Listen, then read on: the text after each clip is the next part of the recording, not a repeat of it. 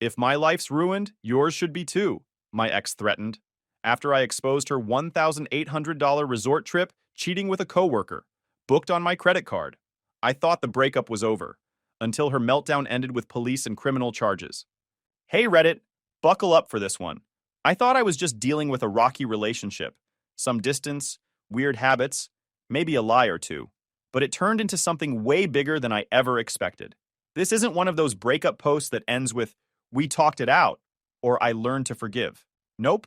Stick around till the end, because this one didn't end like any normal relationship story. I've been with Miranda for about a year and a half, living together for 6 months. Things started great. She was fun, easy to talk to, ambitious, all that. The kind of woman who made everything feel steady. It was comfortable. The kind of relationship you don't question because it just works. Then, somewhere around month 16, I noticed little things changing. She started wearing perfume she never owned before. Strong, expensive stuff. Got new clothes that didn't fit her usual laid-back style. I'd ask about it, and she'd say things like, "Just treating myself." Fair enough, I guess. But then came the late nights. At first, it was working late or girls' nights. Then it turned into carpooling with coworkers, helping my friend move. I'm not the jealous type, but it's hard not to notice when your girlfriend goes from homebody to social butterfly overnight, especially when the explanations never quite line up. Now, a few months into living together, we both had each other's locations on Find My Friends. It was her idea, actually. She said it made her feel safe in case something ever happened while driving. I didn't think much of it, and honestly, I barely used it until she started acting weird. So yeah, I checked it a couple of times. Once when she said she was at work. Yep, right at the office. Another time when she said she was spending the night at Sarah, her friend's place. Location showed it at Sarah's. Another time she was supposedly running errands. Showed her at the grocery store. Every time it matched. I started feeling like a jerk for even checking. That's the thing about trusting people. You want to believe the best, even when something in your gut says, "Hey, this isn't adding up." But every dot matched every excuse. So I told myself I was being paranoid. Then one night, we're sitting on the couch watching some random show, and I get a notification from my phone. Location sharing reminder. Out of habit, I swipe it, open the app, glance at her dot. She catches me immediately. "What are you doing?" she asks, voice sharp. "Nothing. Just checking where you were earlier? You said traffic was crazy. I was—" "Wow," she interrupts, eyes wide like I just confessed to being a spy. "Are you serious right now? You checked my location?" I shrug. "Yeah. You literally asked me to share it months ago." She scoffs, shaking her head like I just said the dumbest thing on earth. "That's so toxic, you know that? That's controlling behavior, Daniel. You don't trust me?" Now, I'm sitting there holding my phone like it's a smoking gun. "You made me download the app," I remind her, calm as possible. "That was different," she says. "That was for safety, not surveillance." She launches into a speech about trust and independence, and how healthy couples don't need to check up on each other. The irony nearly makes me laugh, but instead, I nod, tell her she's right, and that I'll stop. I closed the app right in front of her, and told her I wouldn't check again. She softened instantly. "I just want to feel trusted," she said, putting her hand on mine. "Yeah," I told her. "Me too." What happens next is almost creepy in hindsight. Overnight, she transforms back into the perfect girlfriend. Suddenly, she's cooking dinner, packing me lunches, giving me long hugs before work. She starts leaving cute sticky notes around the apartment. "Have a great day" on my coffee mug, "Miss you already" on my lunchbox. At first, I tell myself this is good, that maybe the little fight reset things. We're laughing again, she's more affectionate, and everything seems normal. But it's too normal. Like perfect to the point it feels rehearsed. If I really believed everything was fine, I wouldn't be sitting there thinking about it. The food's good, her smile's perfect, everything looks normal. But that weird gut feeling, the one I tried to shut up before, just won't die. She's acting like the perfect girlfriend now, and maybe that's the problem. No one turns flawless overnight unless they're trying to cover something up. I don't say anything. I don't check. I just stare at the ceiling thinking, if this is what trust feels like, why does it still feel wrong? And that's how it started. The quiet part of me that decided to stop giving her the benefit of the doubt. I didn't know it yet, but the part of me that turned off that app was about to wish he hadn't. The following week, Miranda's schedule turned into a puzzle no one could solve. Every day came with some new story that made less sense than the last. Monday was late meeting. Tuesday was helping a coworker move. Wednesday was gym after work. And Thursday, she said she was meeting an old college friend for dinner. She barely made it home before midnight any night that week. It wasn't just the late hours, it was how she looked leaving the apartment. Before, her idea of running errands meant sweatpants and a messy bun. Now she's stepping out in tight jeans, hair done, fresh perfume, full makeup. I joked about it once and asked if she was trying to get sponsored by Sephora. She laughed too loud and said, "You'd like that, huh?" But didn't actually answer. Then came the jewelry, a silver bracelet I'd never seen before. I asked about it casually, and she said her mom bought it just because. She started hiding her phone more too. It used to be everywhere, on the couch, the counter, face up. Now it was always face down or in her pocket. Once I walked into the living room and she tilted the screen away like she was guarding nuclear codes. Friday morning rolls around, and she's in a great mood. She's humming, packing a weekend bag. She says she's heading to her mom's house, 3 hours away. Apparently her mom hasn't been feeling well, and she wants to help out. Yeah, that's fine, I tell her, pretending I'm not suspicious. Tell your mom I said hi. I will, she says, smiling. You'll survive without me for a few days? I think I can manage. She kisses me goodbye, all cheerful, then grabs her overnight bag and leaves. I spend the rest of the morning catching up on some remote work, just minding my own business. Around 2 in the afternoon, I get a text from my bank, joint card activity alert. We opened it together a few months ago for groceries and emergencies, but honestly, it barely got used anymore. The alert says, $200 transaction at Taverna Prime. I frown. That's an expensive restaurant downtown, not exactly a place for me and mom. I figure maybe she grabbed dinner before driving out. Then, 15 minutes later, another alert. $380 purchase at Luxe Boutique. That one's a high-end women's store. I've been in there once, with her, when she walked right back out after seeing the prices. Now she's suddenly spending hundreds there? I refresh the banking app. My gut's already twisting, but I can't look away. Then I see it. The newest pending charge. Sunset View Grand Resort. 2-night stay. $1,802.16. At first, I just stare. There's no way. She left at 9 in the morning, supposedly heading north to her mom's. This resort? It's south, like 5 hours south. I sit there with my laptop open, scrolling through the transaction list again and again, hoping maybe there's a glitch. Nope, it's real. And it's booked under our joint card. I check the time, 2:37 p.m. If she actually went to her mom's, she'd be mid-drive right now. So why would there be a resort booking 2 states away, processed at noon? I grab my phone, open Google, type Sunset View Grand Resort. The photos pop up instantly. Beachfront property, infinity pool, rose petals on beds, couples massages, champagne brunches. Every picture screams romantic getaway. It's like a punch of reality straight to the face. I keep refreshing the card page like maybe she'll call and admit something before I do. But nothing. Just another quiet minute turning into 5, then 10. She didn't just bend the truth, she built an entire fake trip. I thought about canceling the reservation, but the resort said only the guest listed on the booking could do that. Figures. Instead, I open my laptop again, click the card history, take screenshots of every charge, Taverna Prime, Luxe Boutique, Sunset View Grand, dates, times, everything. Then I send them to my own email, just in case she somehow deletes the shared account later. I'd spent weeks feeling crazy for noticing patterns. Now the patterns were spelling something in all caps. She was lying. And she was bold enough to do it with my name on the card.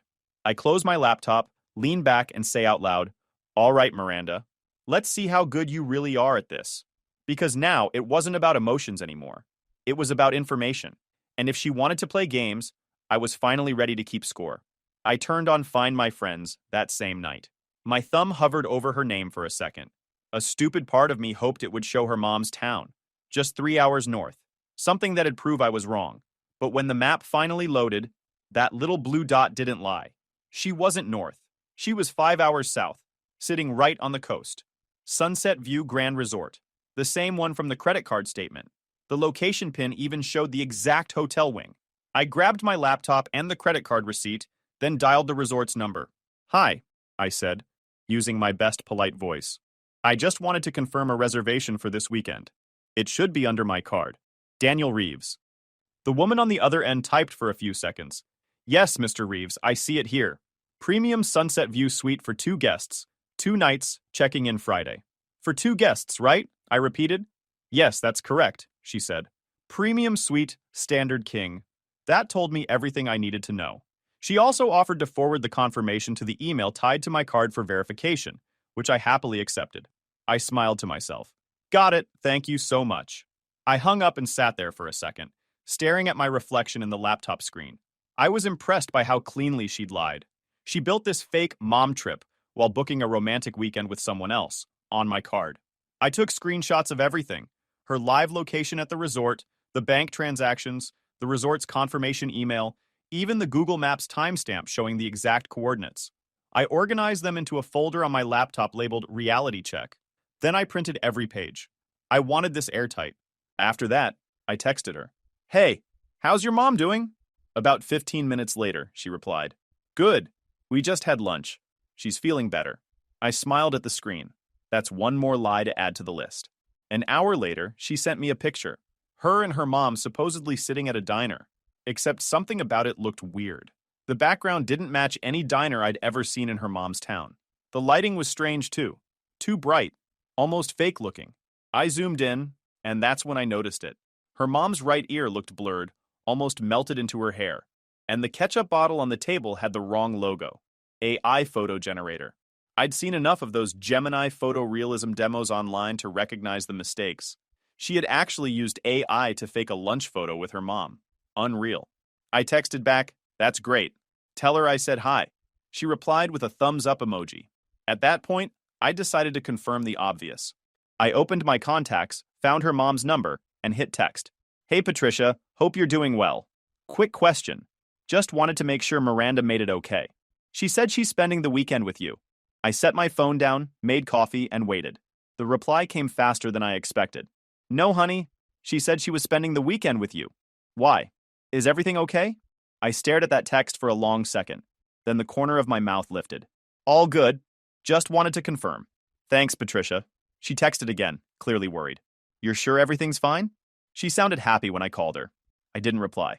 Just took another screenshot and added it to the folder. So now I had her fake AI photos with her mom, credit card proof, resort confirmation with 2 guests, 1 bed, GPS data showing her exact location, text from her mom confirming she lied.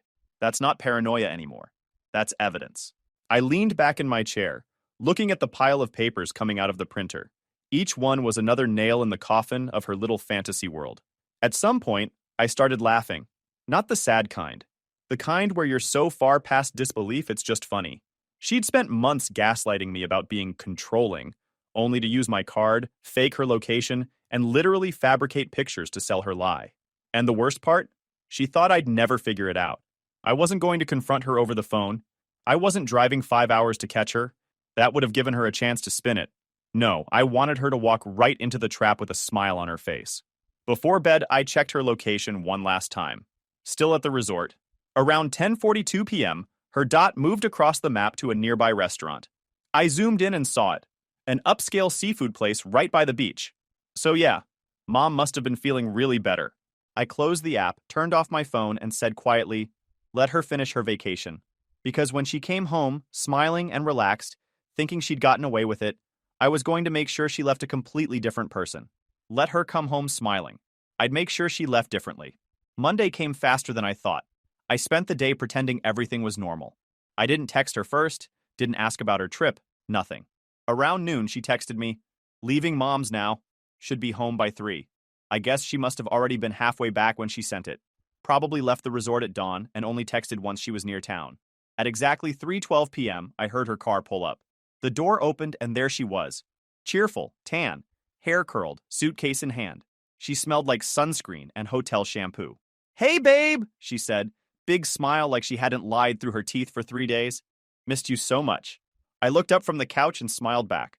Missed you too. She dropped her bag, kicked off her sandals, and came over for a hug. I let her. It felt like hugging a stranger who happened to know your cologne. So, I said, how's your mom? She's better, Miranda said, without missing a beat. Still coughing a little, but she's doing great. We stayed in mostly, watched movies.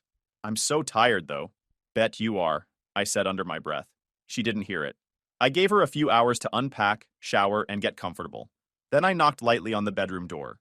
Hey, want to go out for dinner tonight? I asked. Just us. I know we've both been busy lately. Her eyes lit up. Really? Yeah, I'd love that. I suggested Luna's Bistro, her favorite spot. She probably never expected her little performance to end on that stage. At 7 sharp, we got there. The place was packed. Couples, co-workers, the usual crowd. We got a small table near the front window, the kind where people walking by could glance in. Miranda looked perfect, of course. Makeup done, new dress I'd never seen before, probably from that $380 boutique. She smiled across the table like she'd just won something. "I'm glad we're doing this," she said. "I feel like we've been off lately, but I think this weekend helped me clear my head." I nodded. "Yeah? That's good. What did you do all weekend?" She started talking fast. Too fast. "Oh, you know. Helped Mom with her garden, watched a couple shows, made dinner together. It was nice to just disconnect." "Yeah, totally," I said. "How's her garden doing now?" She blinked. Good. We planted, roses, I think." "You think?" She forced a laugh. "You know me, I don't remember flower names." I leaned back, pretending to think. "True. And weather was good up north?" "Yeah," she said, glancing around the restaurant. "Bit cloudy, but not too bad." Weird," I said, pulling out my phone. "Because the weather app says her town had rain all weekend." She froze for half a second, then smiled again. "Maybe it rained at night."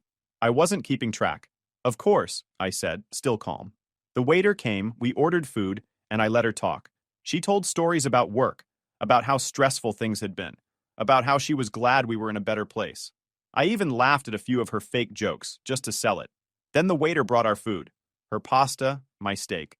I waited until she had her fork halfway to her mouth. "Hey," I said softly. "You mind if I show you something real quick?" She smiled, chewing. "What's up?" I reached into my bag and pulled out a folder. Set it down in front of her. She frowned, wiped her hands, unfolded it, and her entire face shifted. Receipt. Sunset View Grand Resort. 2 nights. Premium suite. 2 guests. She looked up at me. What is this?" I didn't answer. I just laid another paper on top. Screenshot of her live location. Timestamp. Saturday, 2:47 p.m. Sunset View Grand Resort. Then another. Credit card charges. Restaurant, boutique, resort. Then another. Text from her mom. "No, honey. She said she's with you."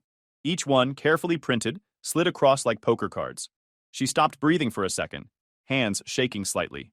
"Daniel," she whispered. "This isn't what it looks like." I leaned forward, voice calm, but low enough for the people at the next table to hear. "Then what is it?" She looked around, noticing a few people glancing over. "Please don't do this here," she whispered, voice trembling. "Why not?" I asked. "You weren't worried about an audience when you used my card for a weekend getaway." Her eyes filled with panic. "It wasn't like that. It was a girls' trip, I swear. I didn't tell you because you'd freak out." "Girls' trip?" I said, raising an eyebrow. "That's funny." The resort confirmed it was 2 guests and 1 king bed. "Do your girls usually share that?" A few heads turned at nearby tables. Someone at the bar actually turned their chair slightly. She lowered her voice to a desperate whisper. "Daniel, please stop. It was just a coworker. Nothing happened, I promise."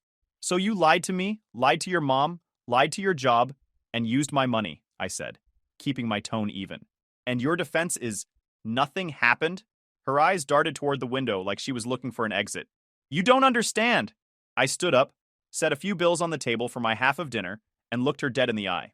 "I understand perfectly," I said. "You're a liar, Miranda. And dinner's over." "Oh, and so are we." Then I walked out. Behind me, I could hear her calling my name. Quiet at first, then louder. Her voice cracked mid-sentence, drawing even more attention. By the time I reached the door, she was standing up, trying to chase me, tears streaking her makeup. The whole restaurant had gone silent, everyone pretending not to stare while definitely staring. I stepped outside, the cool night air hitting me like a clean slate. I didn't look back. She wanted trust. She got exposure instead. By the time I got home from the restaurant, my phone looked like it was under attack. 20 missed calls, dozens of texts, and a few voice messages I didn't bother opening. I tossed it face down on the counter, poured myself a glass of water, and let the silence fill the apartment. 10 minutes later, my phone buzzed again. Then again. Miranda had clearly shifted from panic to begging. "Please just talk to me." "It's not what you think. You embarrassed me in public. Can we fix this?" I turned the phone off completely. If she wanted an audience, she could text herself. The next morning, I powered it back on, just long enough to screenshot everything for my records. At noon, I sent everything to Patricia, Miranda's mother. No explanation, no caption, just attachments. 5 minutes later, she texted back, Oh my God. I'm so sorry. I had no idea. Then another message right after. Stay home. She'll figure it out. That one made me stop and just stare at the screen. It wasn't defensive or protective or apologetic. Just final. Like even her own mom was done cleaning up her messes. That evening, my friend Steve texted me asking how the operation went. I told him, flawless execution. Public meltdown achieved. He sent back a laughing emoji. By Wednesday, she'd switched tactics. Guilt tripping didn't work, so she tried the sympathy route. I made a mistake. Please don't destroy me. Destroy her? She'd done that herself. I just printed the receipts. Thursday evening, my doorbell rang. I looked through the peephole. Miranda's sister, Megan, holding a couple of empty boxes. I opened the door. Hey, she said quietly. Miranda asked me to get her stuff. I stepped aside. Go ahead. It's all packed by the door. She started loading the boxes, looking around like she was expecting drama to leap out from behind the couch. On her second trip, she paused. For what it's worth, I told her this would happen, she said. I raised an eyebrow. That she'd get caught? Megan nodded. She's been doing this for years. Different guys, same lies. She thinks she's smarter than everyone. That tracks, I said. She doesn't listen, Megan continued. Even Mom stopped trying after the last one. I just didn't think she'd be dumb enough to use your card. Yeah, I said. Not her best move. Megan gave a small smile. For what it's worth, you handled it better than most guys. Most lose it. You just played chess. I appreciate that, I said, holding the door as she carried out the last box. Tell her good luck explaining this one to her next guy. She'll probably just say you were controlling, she said with a sigh. Then he'll find the receipts eventually, I said. Truth has a way of staying on file. She laughed under her breath, shook her head, and left. A few hours later, I filed the dispute online that night. A few hours later, I got a call from the credit card company. The fraud department wanted details about the disputed charges. I explained everything. The joint account, the resort, the proof of her being there. The investigator asked for documentation, so I sent over the screenshots and location timestamps. 2 days later, the bank issued a temporary refund while they investigated. The account was locked and a new card mailed out. Miranda could have saved herself the trouble if she'd just used her own. But apparently, delusion doesn't come with a budget. Saturday afternoon, I got a different kind of call. My boss. He sounded confused but calm. Hey Daniel, strange question, he said. Someone called the office yesterday claiming to be your girlfriend. Said you've been harassing her. I felt my jaw tighten but kept my voice even. She actually called you? Yeah, he said. Said she felt unsafe. I didn't give her any information, of course, but I figured you should know. Appreciate the heads up, I said. She's trying to cover her tracks. I've got documented proof of everything if HR needs it. Already talked to HR, he said. We're good on our end. Just be careful. People like that don't like losing control. He wasn't wrong. After that call, I went straight to HR myself and emailed them the entire folder, receipts, screenshots, everything, just in case she tried again. I wanted it documented before she could twist anything. That night, around 9, Steve texted me saying someone was knocking at his door asking for me. I could guess who. I heard muffled voices through the phone. Then Steve said, She's at my door crying, man. You want me to tell her to leave?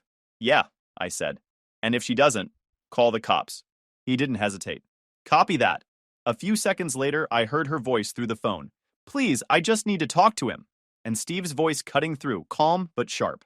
You need to leave, or I'm calling the police. There was silence, then the sound of a car door slamming.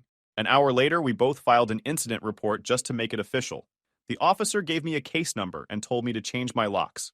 The next morning, I did exactly that. New locks, new keys, fresh start. Cost me about $300, but worth every cent. When I shut the door that night and turned the deadbolt, I couldn't help but laugh a little. Funny thing, I said out loud, setting my new keys on the counter. She spent thousands trying to escape me. I glanced at the door. Solid, locked, quiet.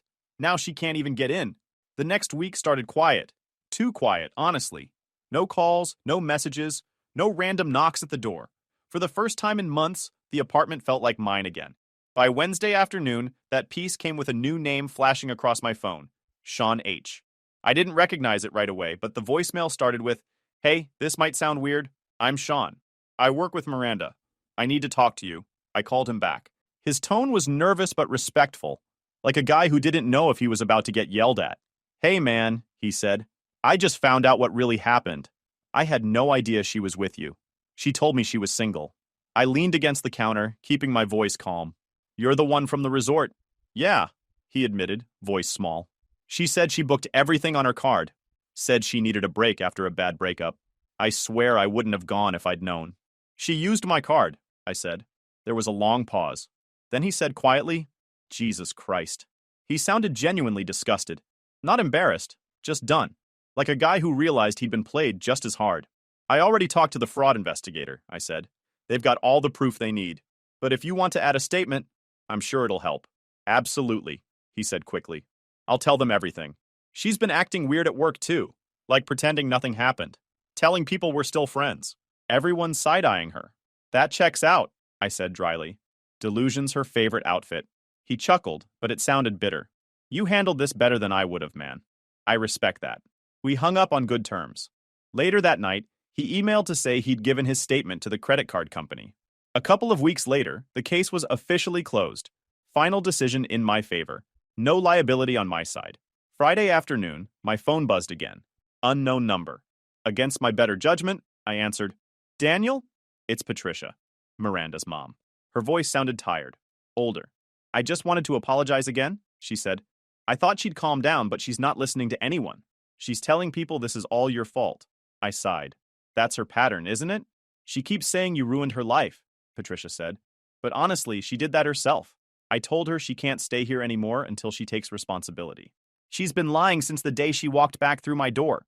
So she's with you now? I asked. Not anymore, she said softly. I told her to pack her things. She burned through most of her money. She's not in a good place. For a second, I felt something almost like pity, but it faded fast. You did the right thing, I said. I know, Patricia said quietly. You deserved better. I just hope she finally learns. We hung up, and that was the last time we spoke. Over the weekend, I got a text from Sean again. You won't believe this. She tried to get me written up at work. Said I took advantage of her during the trip. But HR reviewed the emails, and I provided the card records. They know she lied. She's done. A few hours later, he called. They fired her, man. HR said her behavior violated company policy. Fraud, dishonesty, harassment. She packed up her desk this morning. Didn't even look at anyone. I couldn't help but laugh. Karma doesn't miss. She looked wrecked, he said. Tried to say she's the victim, but nobody's buying it. I actually feel bad for her, just a little. Don't, I said. She had every chance to stop. She just kept digging. Sean let out a low whistle. You're not kidding. She's completely cut off now. Nobody wants to be associated with her. She's couch surfing. We ended up talking another half hour, and I realized he was a decent guy. Straightforward, no ego, just someone who got caught in the blast radius. Bro, you did it right, he told me. You let the truth embarrass her. That's the best revenge there is. He wasn't wrong. By Monday, the final fallout hit. Patricia called again. One last update. Miranda tried to go back home, but her mom refused to let her move in. Said she needed to grow up, find a job, and stop blaming everyone else. Apparently, Miranda's friends weren't answering her calls either. She was unemployed, single, and officially out of places to stay.